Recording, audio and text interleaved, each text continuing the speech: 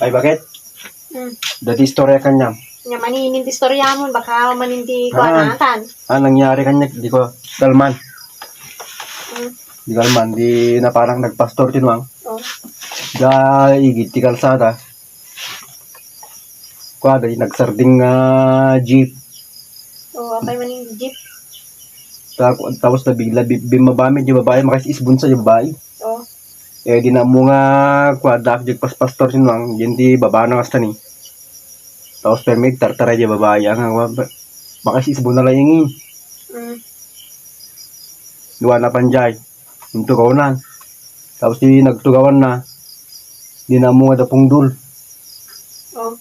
Natugawan na di pungdul. Tapos? Permi agtalya-talyawas na ni.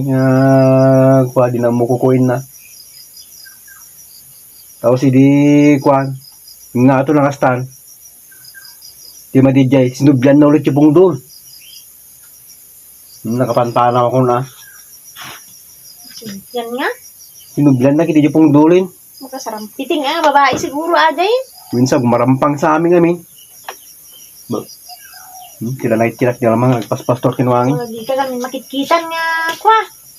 Agpaspastorin.